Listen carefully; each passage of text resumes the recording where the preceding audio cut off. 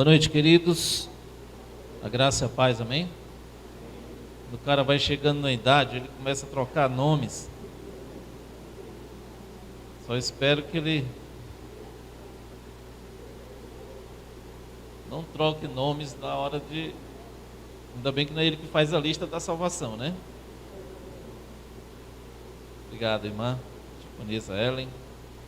Meus irmãos, nós estamos dando sequência ao estudo, à pregação da palavra de Deus no livro de Gênesis. Vocês sabem disso. Então, convido vocês a folhearem as primeiras páginas da Bíblia. Gênesis capítulo 7. Gênesis capítulo 7.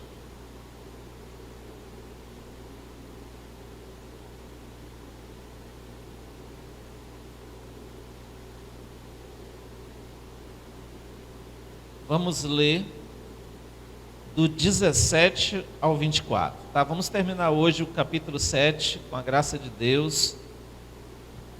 Eu falei para os irmãos que eu tinha planejado pregar pelo menos os 11 capítulos de Gênesis, porque entendemos que os 11 primeiros capítulos de Gênesis nos dão uma base para toda a Bíblia, para todo o restante da Bíblia, pelo fato de que estão nesses 11 capítulos a essência para todo o Evangelho, para toda a criação, para tudo que há e para tudo que está existindo, a essência de tudo isso, tá?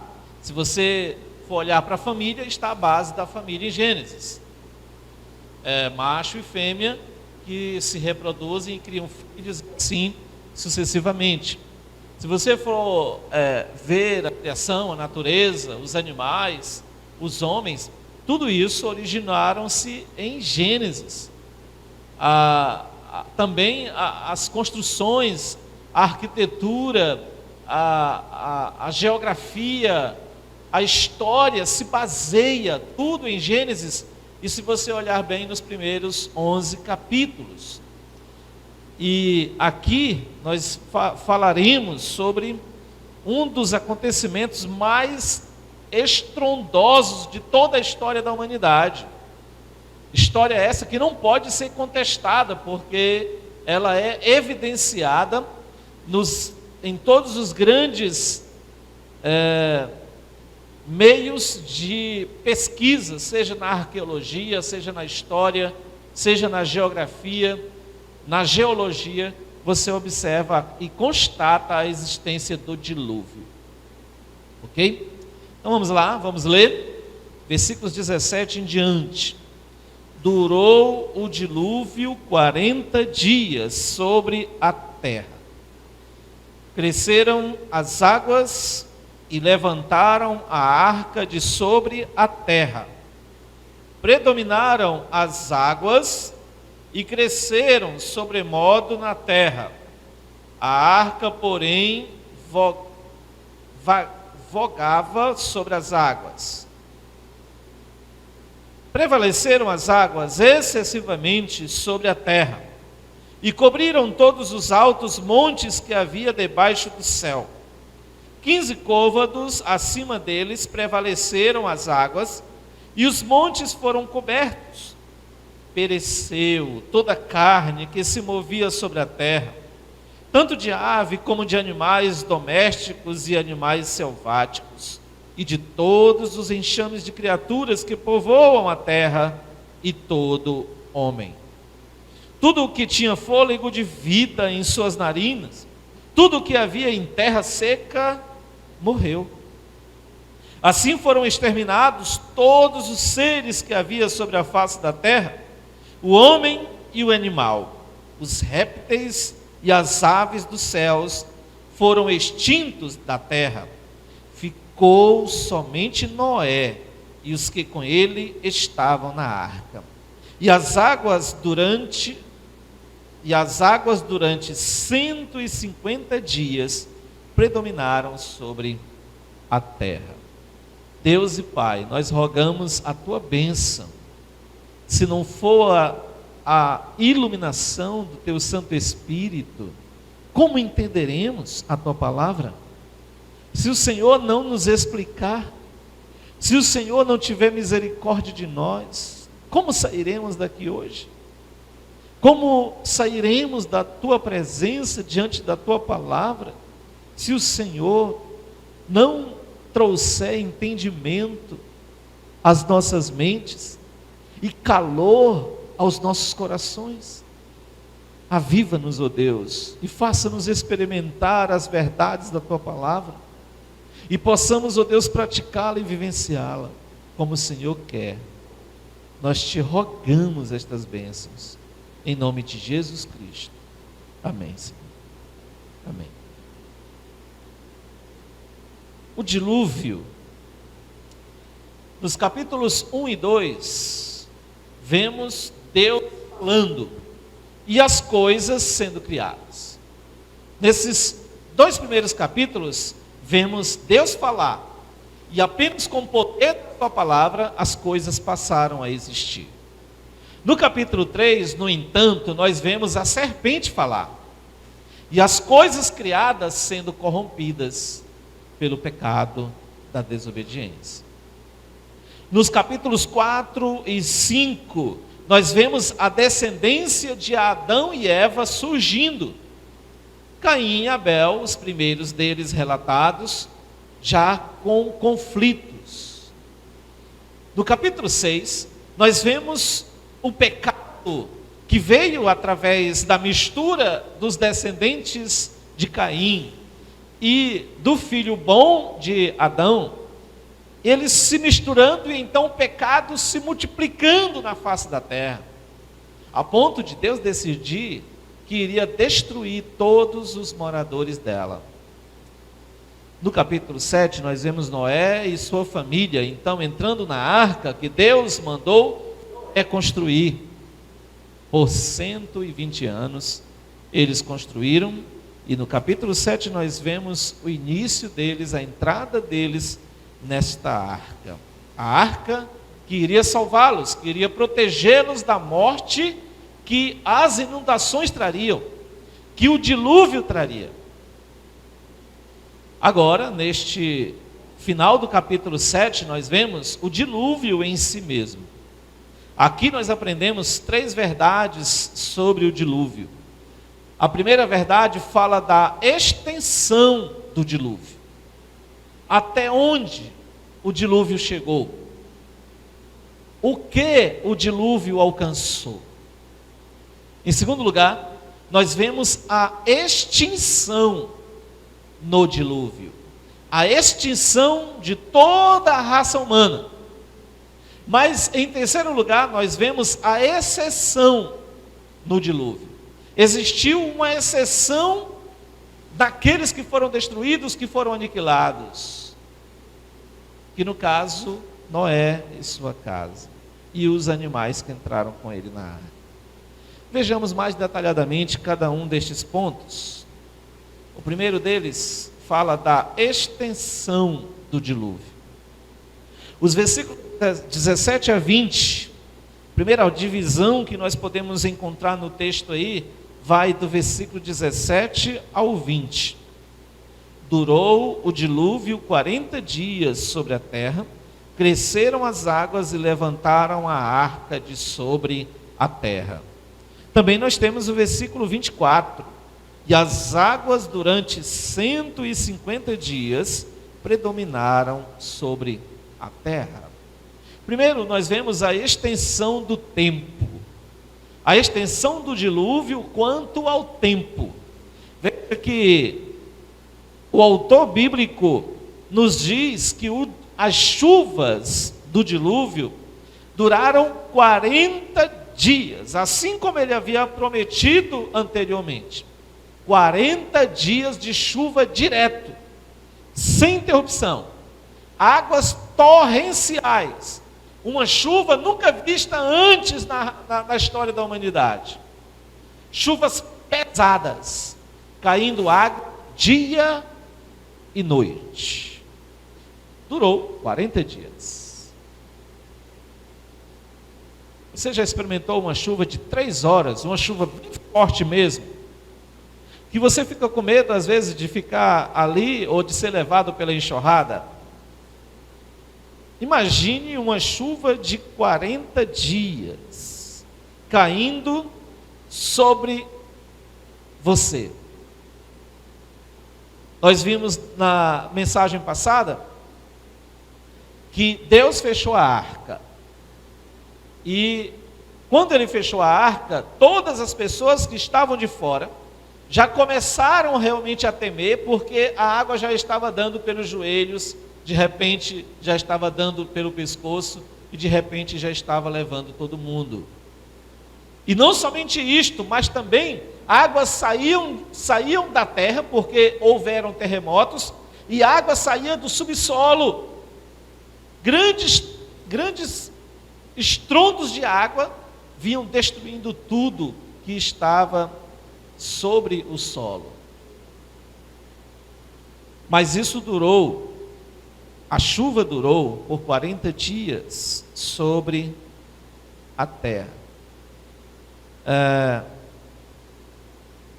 Também no versículo 24, as águas duraram 150 dias, predominaram, melhor dizendo, sobre a terra. Por que esta informação? A gente tem que entender bem aqui, 40 dias e 150 dias. 40 dias de chovendo e depois a chuva parou, mas a água ainda não tinha baixado. Durou a metade do ano para que as águas se abaixasse, para que aparecesse qualquer sinal de terra ou de montes após aquele período. Um período muito grande. Por isso que a ideia de quarentena, de 40 dias, indica isolamento. Indica que a pessoa fica confinada. Imagine você 40 dias sem poder sair, sem poder ver a luz do sol, muita água caindo sobre o seu teto, e você não poder sair, claro, porque sair era sinal de morte, e você ali convivendo com aquelas pessoas, convivendo com aqueles bichos, mas era o melhor lugar para se estar, dentro da arca. 40 dias, e já então durou mais 150 dias para as águas começarem a baixar. A gente tem a continuação do sermão, você vai ver que eles ficaram mais de ano dentro daquela arca. Mas vejam que também a extensão, não somente quanto ao tempo, nós percebemos também uma extensão territorial, uma extensão do território do dilúvio. Veja que ele continua falando, o dilúvio durou 40 dias sobre a terra e cresceram as águas e levantaram a arca de sobre a terra. Ou seja, a única coisa que ficou sobre as águas foi a arca. A única coisa, nada mais, nadinha demais. Tá? Apenas a arca. E no versículo 18 diz que predominaram as águas e cresceram sobremodo na terra. Na terra. A arca, porém, vogava sobre as águas. Também, irmãos, nós precisamos entender aqui que esse crescimento das águas foi sobremodo. Veja as palavras demonstrando o exagero. Sobremodo, logo depois no versículo 19, prevaleceram as águas excessivamente, e a gente percebe que cobriram todos os altos montes que havia debaixo do céu. Veja que essa extensão territorial abrange toda a terra. Toda a terra. Há uma grande discussão, a gente sabe, que há uma grande discussão a respeito do dilúvio. Primeiro, os ateus quiseram negar os nossos professores aí, né? Nossos, que eu digo, aqueles que me ensinaram, aqueles que te ensinaram, muitos deles, por não crerem na Bíblia ou por não crerem na criação, quiseram, nos séculos passados, dizer que o dilúvio não existiu. Mas aí eles mesmos encontraram comprovações, até mesmo arqueólogos e geólogos que não são cristãos, que não são, que não creem em Deus, eles mesmos encontraram evidências arqueológicas e geológicas da existência do dilúvio. Você vê, inclusive, relatos da grande Babilônia, você vê grandes relatos dos impérios passados, mostrando com documentos, claro, falando dos seus deuses, não de acordo com o Deus verdadeiro que nós temos na Bíblia, mas relatando histórias semelhantes ao dilúvio. É claro, eles copiaram da Bíblia. Aí eles não puderam mais negar a existência do dilúvio. Então eles passaram a negar a universalidade do dilúvio. Bom, tá bom, o dilúvio ele aconteceu, mas ele não aconteceu na terra toda não, ele aconteceu só naquela região ali, do Jardim do Éden, daquela região onde eles moravam, até porque não havia povoação, não havia ainda gente morando no mundo todo, não era necessário que o dilúvio acontecesse no mundo todo. E aí isso trouxe um outro grande debate, e ainda até hoje esse debate existe, né? Mas também há grandes evidências de que a Bíblia está certa, de que o dilúvio foi em toda a terra, foi em todo o território da existência terrena, abrangeu desde a Palestina até Breves. Até hoje as pessoas encontram fósseis de animais presentes nas rochas, inclusive animais marinhos. Ou seja, nem todos, claro, que estavam na água morreram. A Bíblia é bem enfática em dizer que aqueles que estavam sobre a terra. Mas também as águas subiram, os animais foram levados para os montes, claro, eles ali nas águas, as águas foram subindo, e eles então viveram ali por um tempo, até o momento que ainda existia uma água, mas depois eles morreram. E com o tempo eles, claro, se tornaram os chamados fósseis, que os estudiosos chamam de fósseis. E encontram então, junto com os elementos rochosos, restos de animais marinhos, em regiões, inclusive, de seca, iguais à nossa. Então, não há também provas de que o dilúvio tenha sido apenas naquele território da Palestina. Mas cremos que, conforme a Bíblia ensina, realmente o dilúvio foi universal. Alcançou todas as esferas da terra. O Nordeste, o Sul, o Leste, o Oeste, tudo foi alcançado. Observe que o texto continua falando, predominaram, versículo 18, predominaram as águas e cresceram sobremodo na terra. A arca, porém, vagava sobre as águas. 19, prevaleceram as águas excessivamente sobre a terra. Parece uma coisa enjoativa, repetição, mas não, é para que fique fixado na mente das pessoas. Faz parte da literatura em que Moisés, um erudito do Egito, escrevia com eloquência. E ele mais uma vez fala sobre a terra. E cobriram todos os altos montes que havia debaixo do céu. Você vai estudar geografia ou geologia, eles vão falar que ainda não existiam, no início, na era primitiva, não existiam ainda os montes como eram hoje. Realmente, como eram hoje, ainda não, a terra era mais planícies. Mas com o dilúvio trouxe mudanças assustadoras no formato da terra, vamos dizer assim. Há comprovações científicas para isso? Sim. Inclusive, a vida humana deixou de ser num padrão de 900 anos para ser 80 anos, 100 anos no máximo. Na época deles ainda viveram 100 e poucos anos. Para você ter ideia desse crescimento tanto do mal como das consequências. O ar já não era mais o mesmo que as pessoas respiravam, as frutas já não eram mais os mesmos, as pessoas passaram a comer comidas contaminadas por todo o impacto do dilúvio.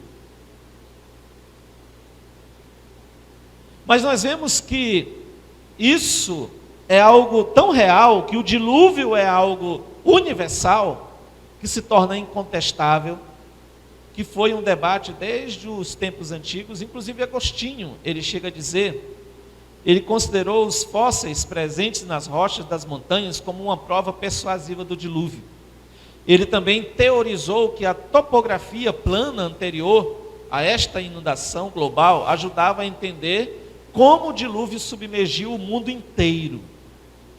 É um comentário de David Montgomery, num trabalho que ele fez como professor na faculdade, um documento que tinha um tema: a crença no dilúvio, campo e teoria na evolução na paisagem antes da geomorfologia. Não temos motivos para duvidar do dilúvio universal. Mas já falamos da extensão do tempo, já falamos da extensão do território, e é bom também que falemos da extensão do propósito.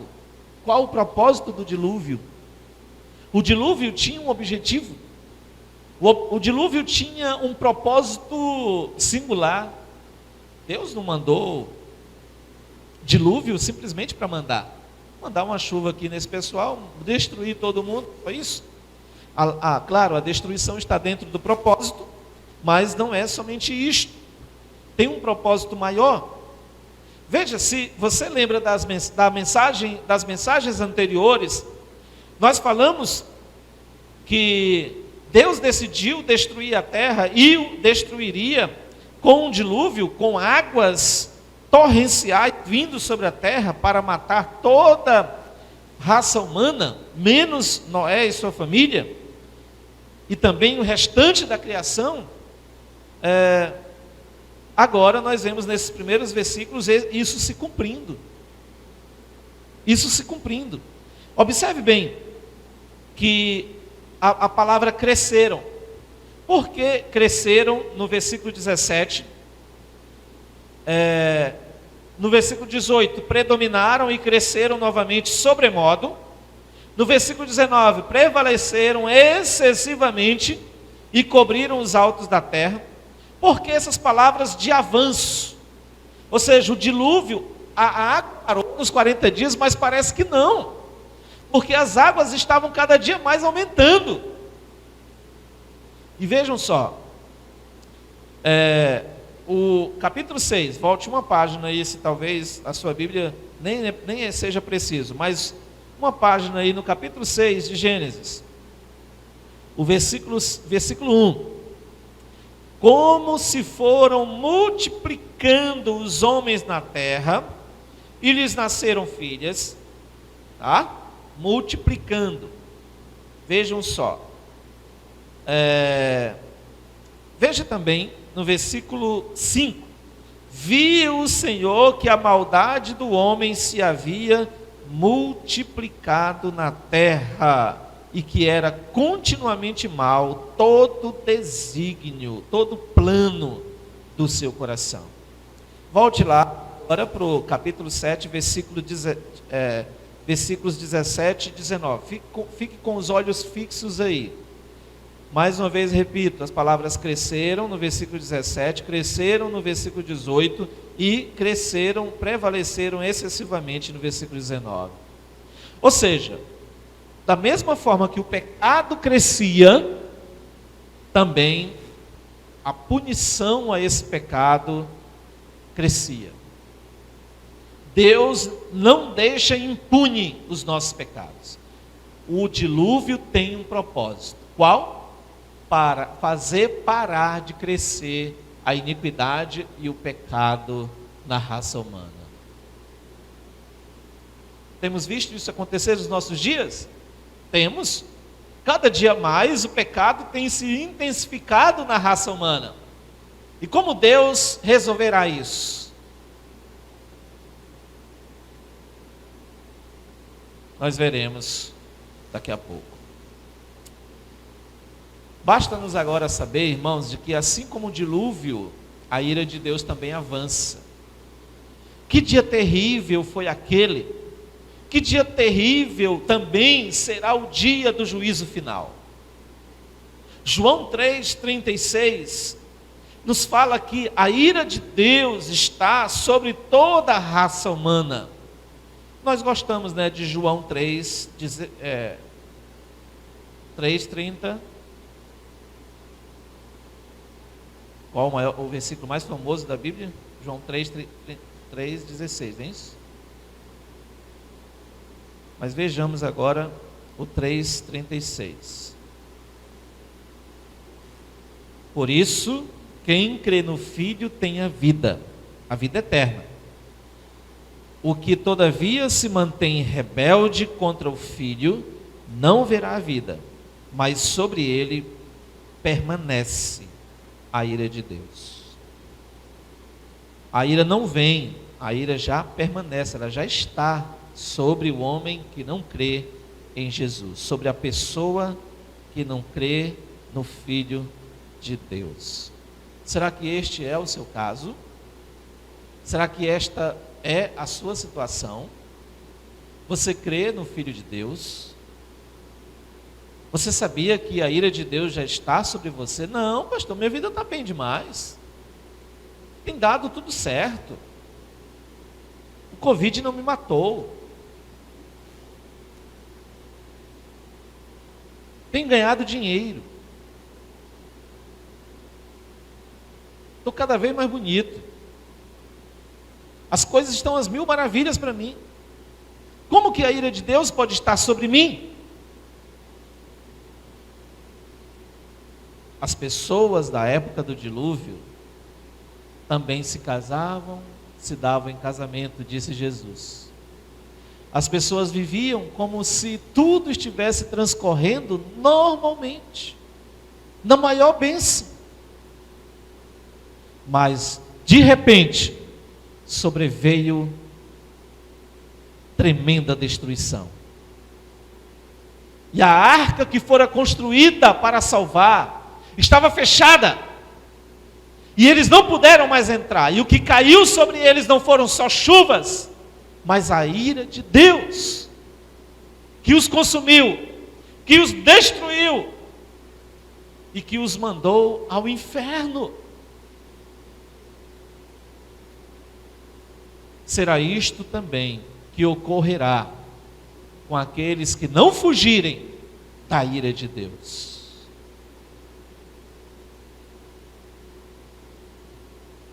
Esta é a extensão do dilúvio. Mas o que dizer sobre a extinção no dilúvio?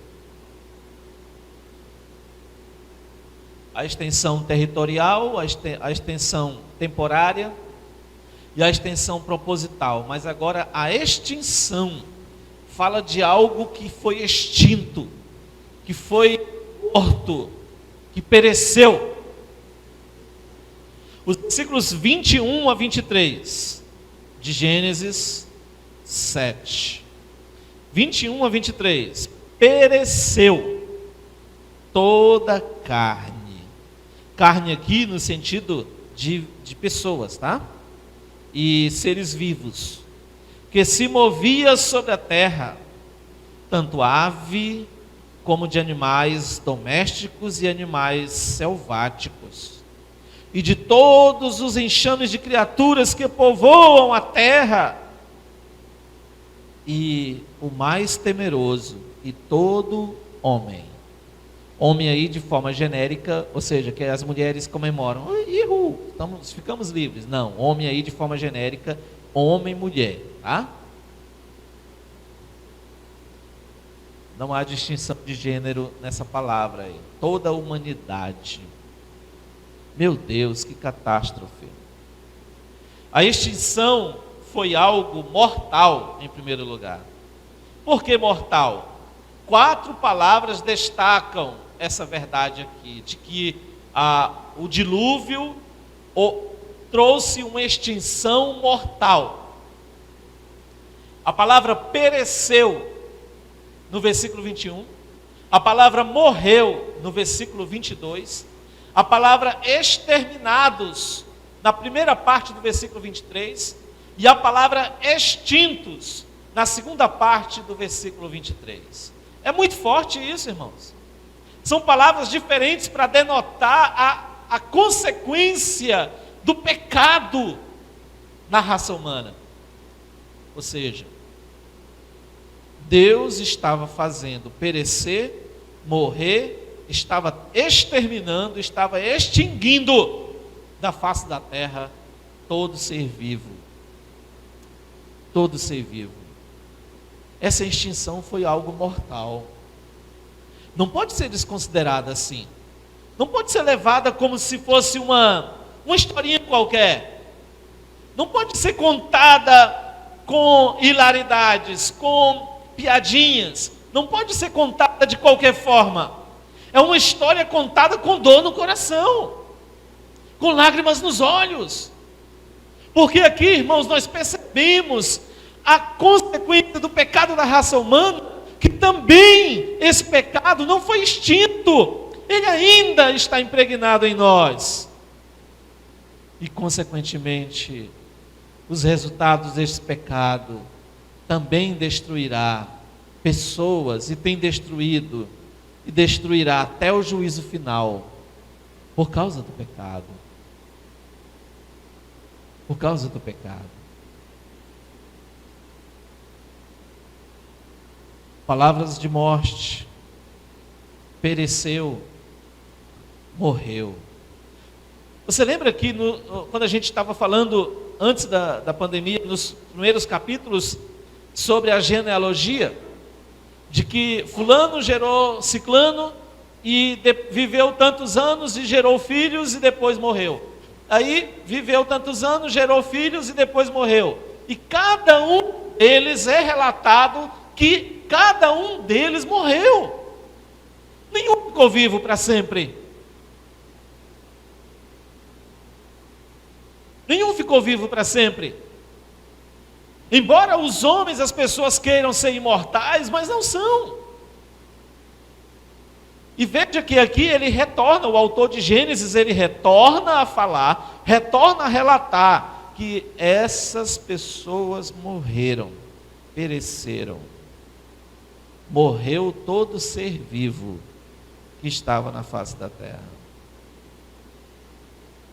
Tudo o que tinha fôlego de vida em suas narinas, tudo o que havia em terra seca, morreu. Misericórdia. Assim foram todos exterminados.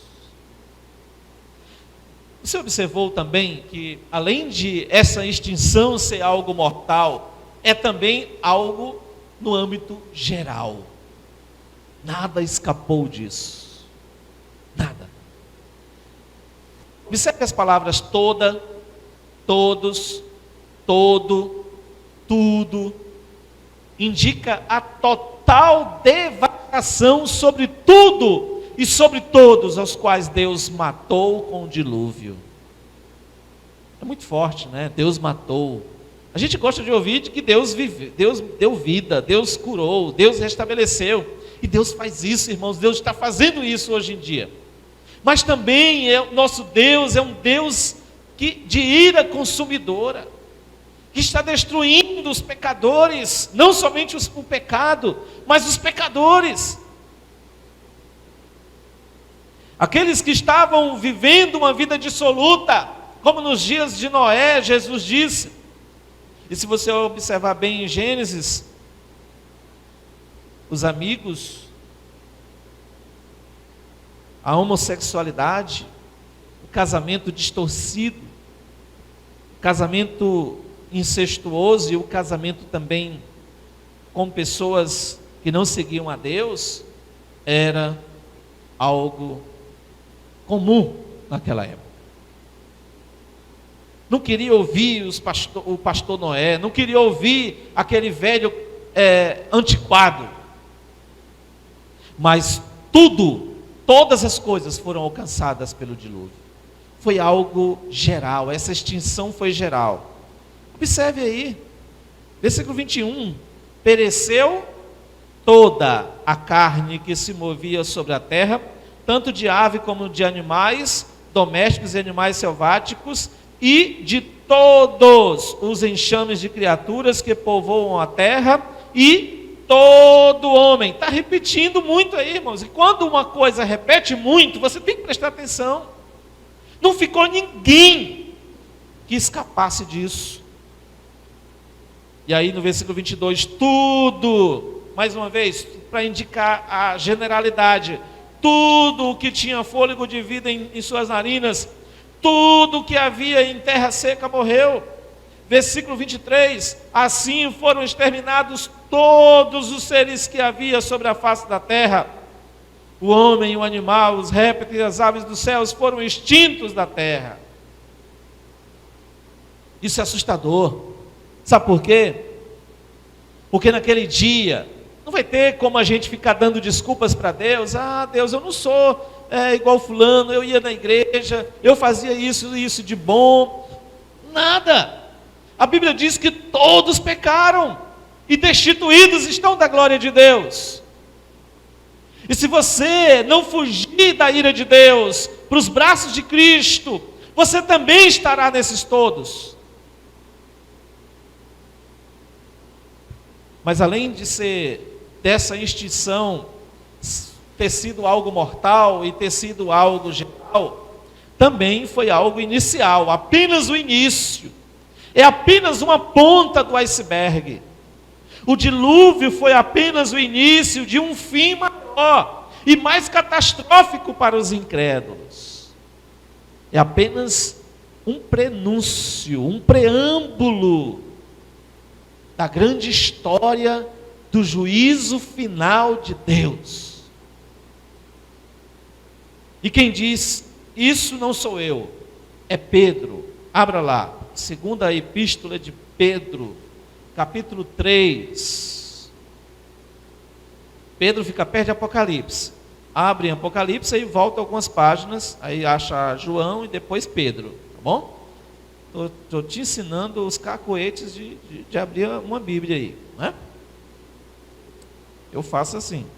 Quando eu acho mais difícil um livro, eu abro perto dele e vou procurando.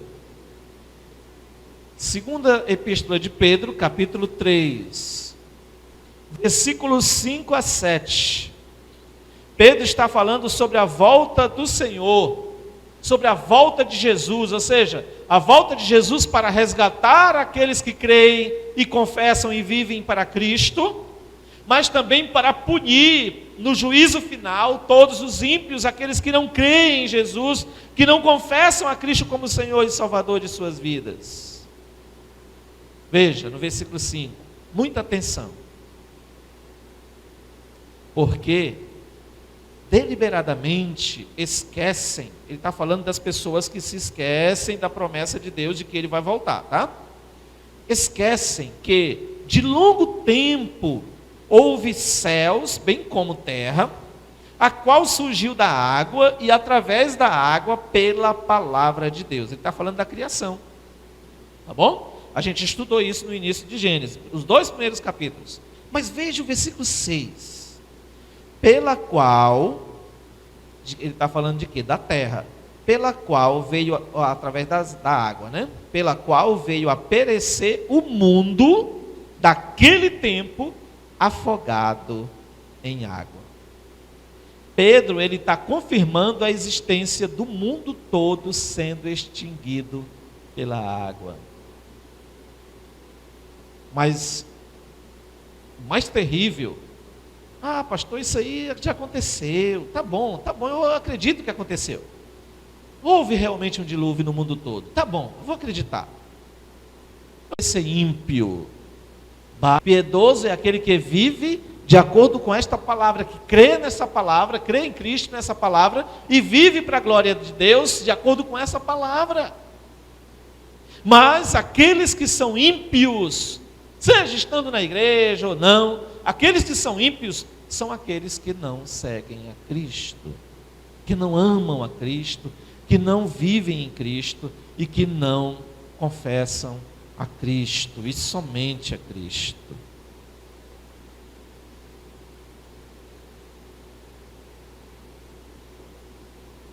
Voltemos então para Gênesis.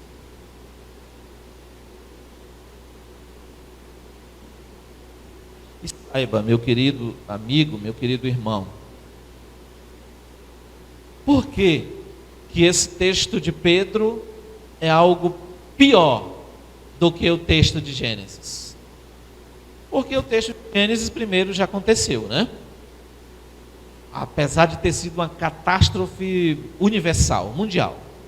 Mas esta ainda há de acontecer, esta de Pedro. E mais, não será apenas uma morte física, não será por água, mas será por fogo.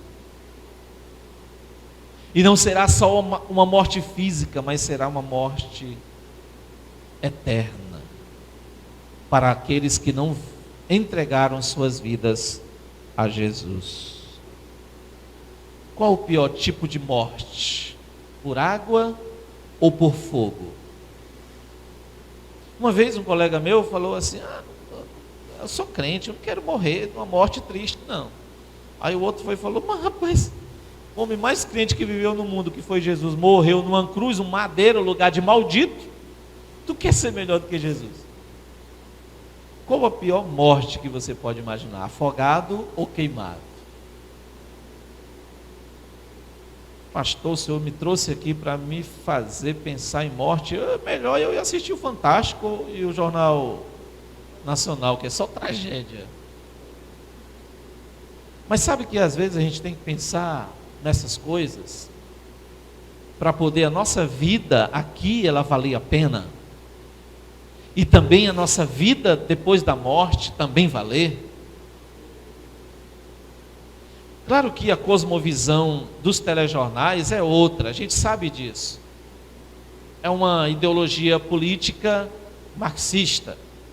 Mas a minha ideia aqui de fazer você pensar nesse tipo de morte é para que você tenha vida e saia daqui hoje à noite, saia daqui refletindo no que você está investindo a sua vida antes do dilúvio, não de águas, mas as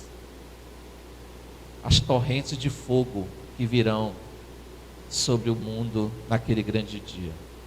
Mas mesmo assim, meu querido, eu quero interromper a tua reflexão sobre o pior tipo de morte, se é com água ou com fogo, para te dizer que o pior tipo de morte, seja qual for ela, é a morte sem Cristo. É a morte sem Jesus. Vários crentes foram mortos, queimados em arenas, queimados vivos. Não mataram eles e depois cremaram, não. Eles estavam vivos ainda e tacaram fogo neles. E a multidão da cidade trazia os seus móveis preciosos, traziam os seus móveis para aumentar o fogo, para queimar os crentes lá dentro da arena.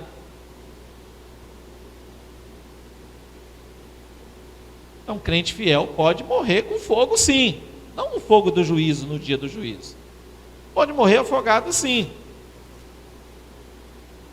Mas a pior morte de todas é se a pessoa morrer sem ainda ter se entregado de corpo e alma para Jesus. Você pode até estar vivo naquele dia do juízo final, mas se estiver sem Cristo, você estará perdido.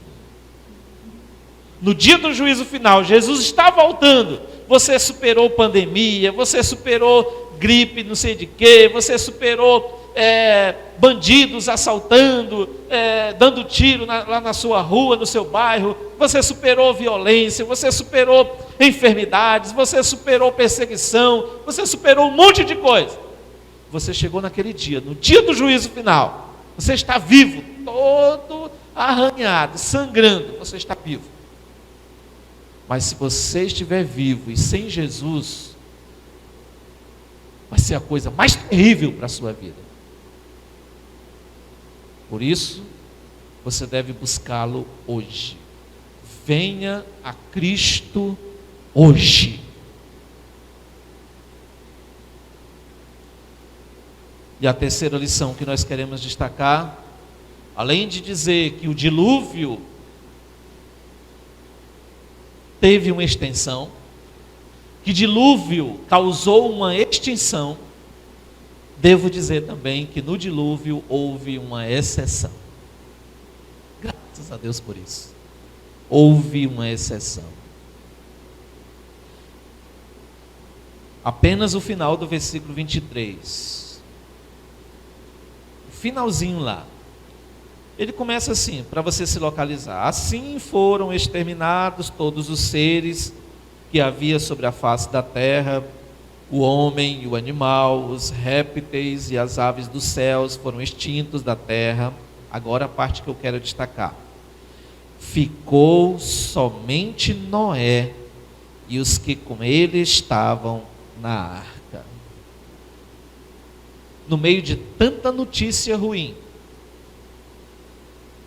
vem uma notícia boa. Não causada pelo homem, mas por Deus. Ficou somente Noé e os que com ele estavam na arca.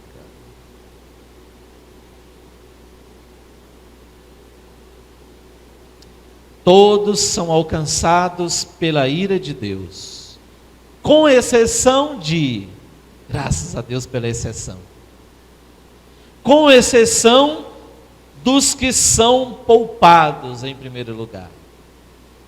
Existiu um grupo pequenino que foi poupado. Ficou. Observe bem essa palavra aí. Olhe bem para ela aí na sua Bíblia. Ficou. Ele começa a terceira parte do versículo 23 falando ficou.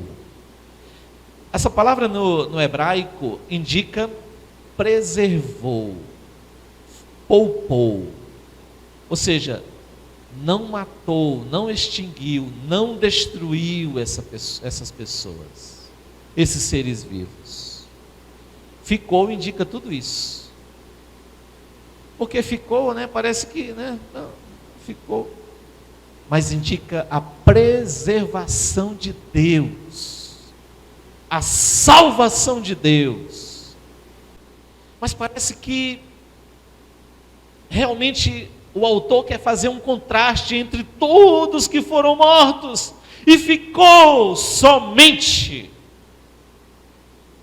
porque a exceção envolve os que são solitários. Os que são solitários. Das multidões que existem. Hoje mais de 7 bilhões de pessoas no planeta. Mesmo com várias doenças matando gente todo dia. Mas com bilhões de pessoas no planeta. Desses bilhões, quantos estão entrando na arca? Quantos estão buscando Jesus como Salvador e Senhor de suas vidas? Quantos estão abandonando suas vidas lá fora, seus prazeres lá fora, para viverem enclausurados na arca, ou seja, viverem escravos de Cristo? Quantos? São pouquíssimos, irmãos. Quantos têm se juntado a nós? Somente. A palavra somente é uma palavra que indica esta solidão de Noé. Solitário. Um homem solitário. Por 120 anos, só ele e seus filhos trabalharam naquela arca. Um homem solitário entrando na arca, olhando para trás e vendo quantas pessoas que não querem entrar.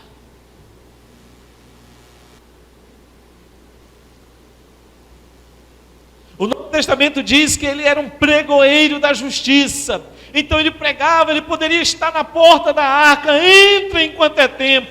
Entrem. Deus me avisou que em 7 dias iria chover. Iria destruir toda a terra. Entrem enquanto é tempo. Entrem. Enquanto vocês podem salvar a vida de vocês. Mas as pessoas riam dele. As pessoas não queriam ouvi-lo. As pessoas não se achavam dignas de serem extintas, de serem mortas, de perecerem. Não, mas quando Deus vai fazer isso com a gente? Se tivesse um paraense lá, mas quando, pastor? Não acontece não. Sou um bom camarada. Eu faço coisas boas. Eu não sou uma pessoa má.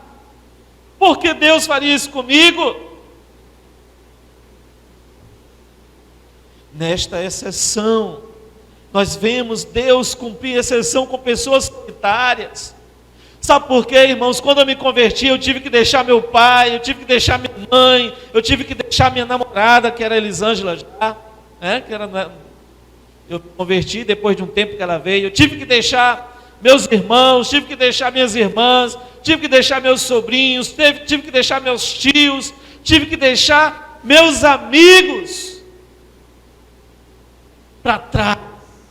Não porque eu quisesse, porque eu insistia muito com eles, para que eles conhecessem esse mesmo Jesus que me salvou. Eu me tornei um solitário dentro de casa, só eu de crente. Eu me tornei um solitário na minha rua, só eu descendo com a Bíblia na mão, a Bíblia debaixo do braço, e as pessoas olhando para mim. Eu tive que me tornar um solitário porque os meus amigos de cerveja, de sair para festejar nas noites, não precisava mais ser sábado e domingo, qualquer noite a gente saía para beber, para se embriagar, fazer coisa errada. Eu fui abandonado pelos meus melhores amigos. A vida cristã é uma vida solitária. Você pode contar com poucas pessoas, você pode contar com poucos amigos, você pode contar com não com aquela multidão que você tinha antes, que antes lhe apoiava, que olha, bebe mais uma, rapaz, vamos beber mais uma, vamos varar a noite.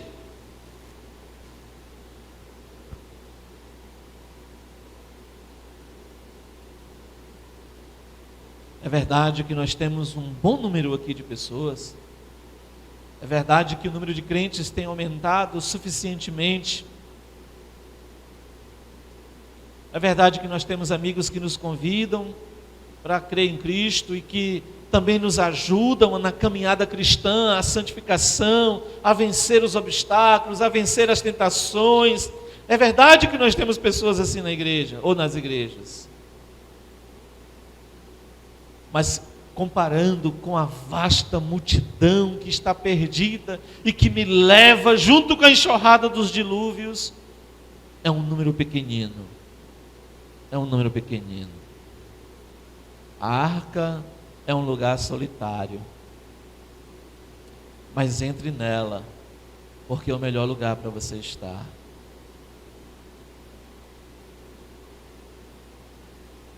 Mas também é uma exceção dos que são de Cristo.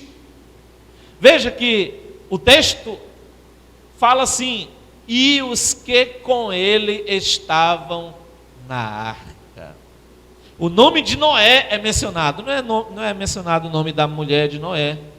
Podia ser Noá, podia ser Noética, podia ser, vamos dar um nome para a mulher de Noé, né, rapaz? Chegar lá no céu, a primeira coisa que você deve fazer, qual o nome da mulher de Noé? Não tinha nome, mulher de Noé, não tinha nome das esposas dos filhos de Noé.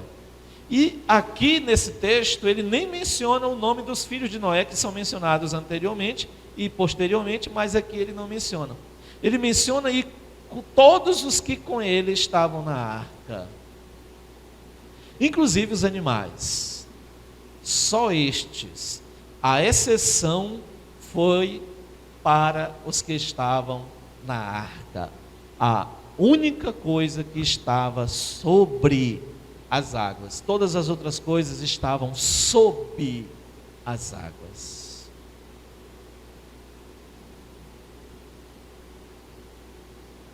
A nossa única salvação é a arca chamada Jesus.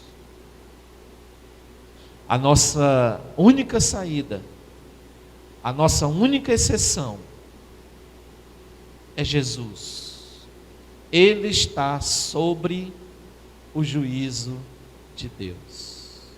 Ele não está sob o juízo de Deus, ele está sobre, ele está por cima do juízo de Deus.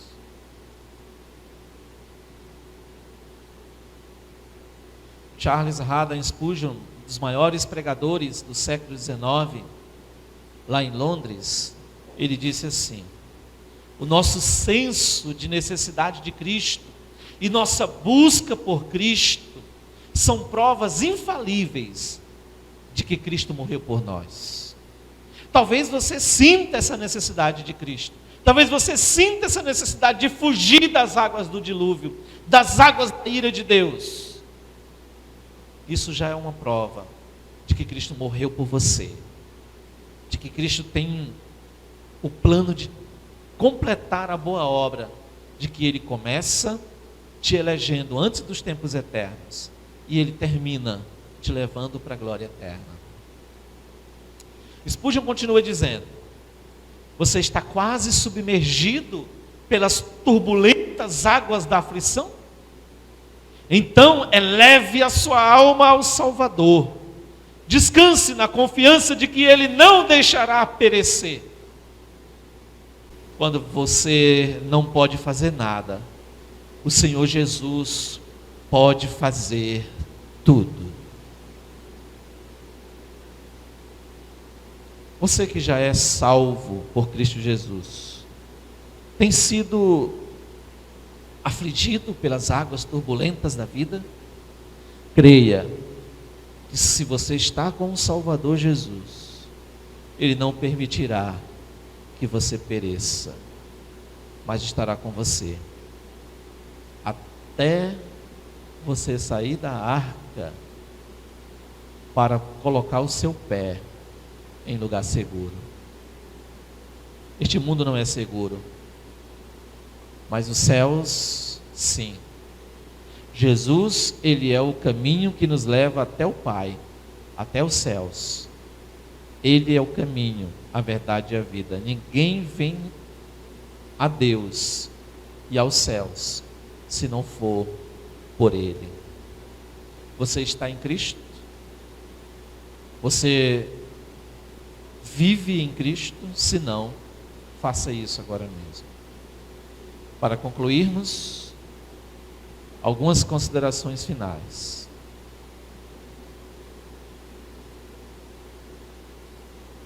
O que Cristo tem a ver com o dilúvio?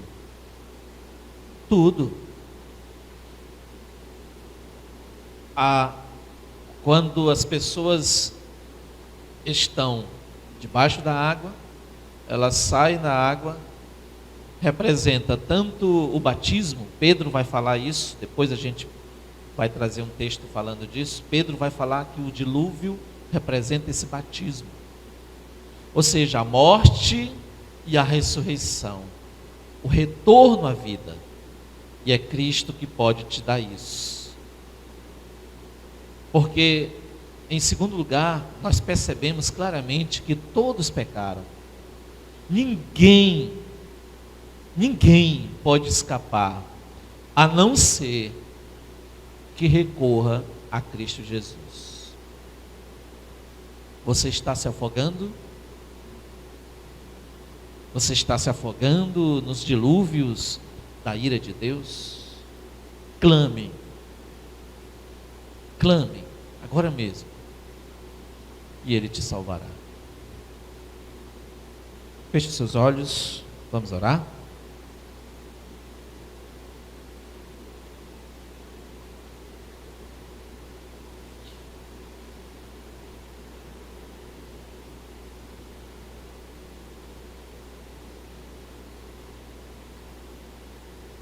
Ore ao Senhor, ore a Deus e diga para Ele: meu Deus,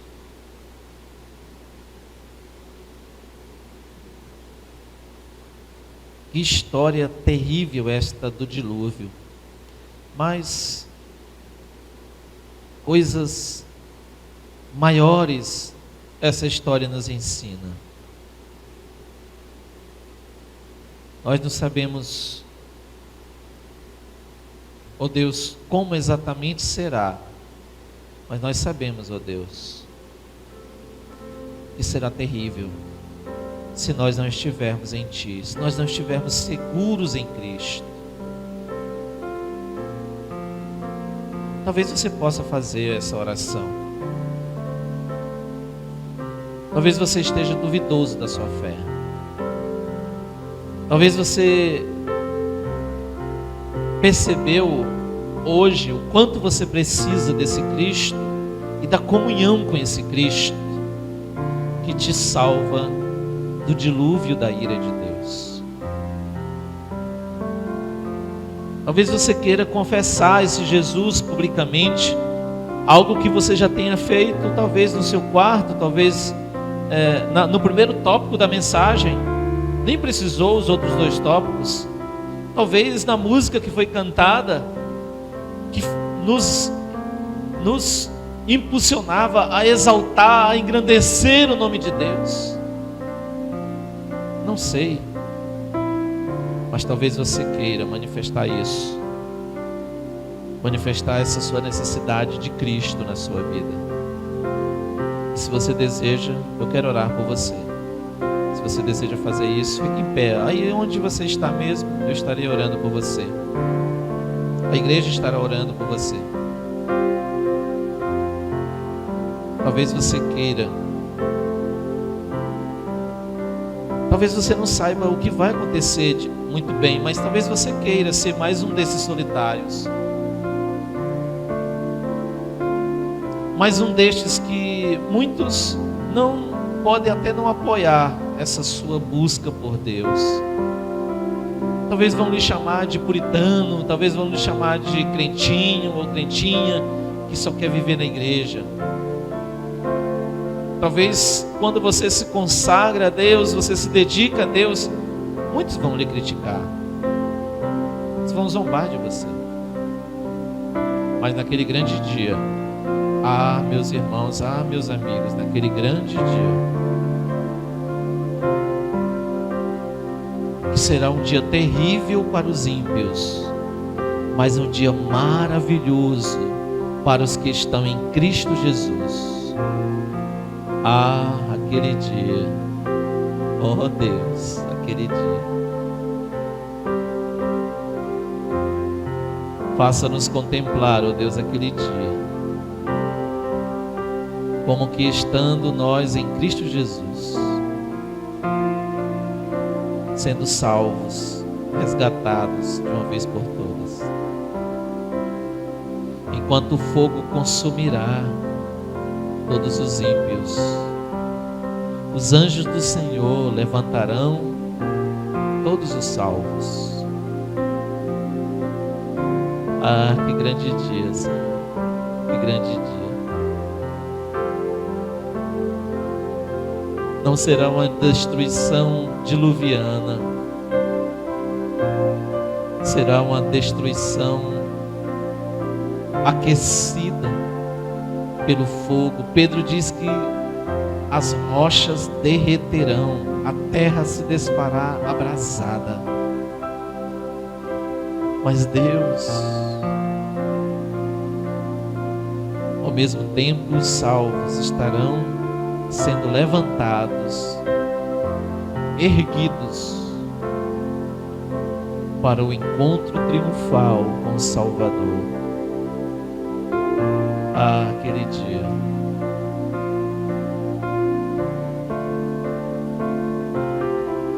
Ó Deus, se há alguém hoje à noite que entendeu esta grande necessidade, a importância de crer e confessar em a pessoa de Cristo, de como aqueles que entraram na arca e foram salvos daqueles 40 dias de chuva impetuosa e de mais vários dias que poderiam olhar e não viam nada a não ser água, águas assassinas, águas destruidoras, mas lá dentro eles estavam seguros, eles estavam protegidos.